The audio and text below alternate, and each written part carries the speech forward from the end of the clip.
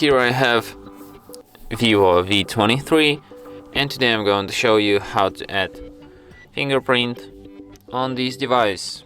So first let's open settings, then go to the lock screen and wallpaper, lock screen settings, lock screen style. Okay, wait, not lock screen and wallpaper. We have to go to the security section, then fingerprint, then select your backup screen lock method. It could be pattern, PIN or password. I'll just select PIN, then enter your PIN, confirm it. Next, select if you want to see notifications on the lock screen. You can show all notifications, you can hide sensitive content, and you can just don't show any notifications at all. Then you have to find the fingerprint center, which is located right here, and tap it with your finger several times until it remembers your fingerprint.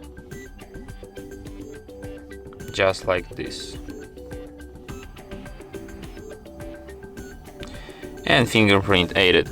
And now, for example, you can use your fingerprint to unlock your device without entering any PIN code. Just tap sensor with your fingerprint with your finger, and the device will be instantly unlocked. So yeah, and that's it.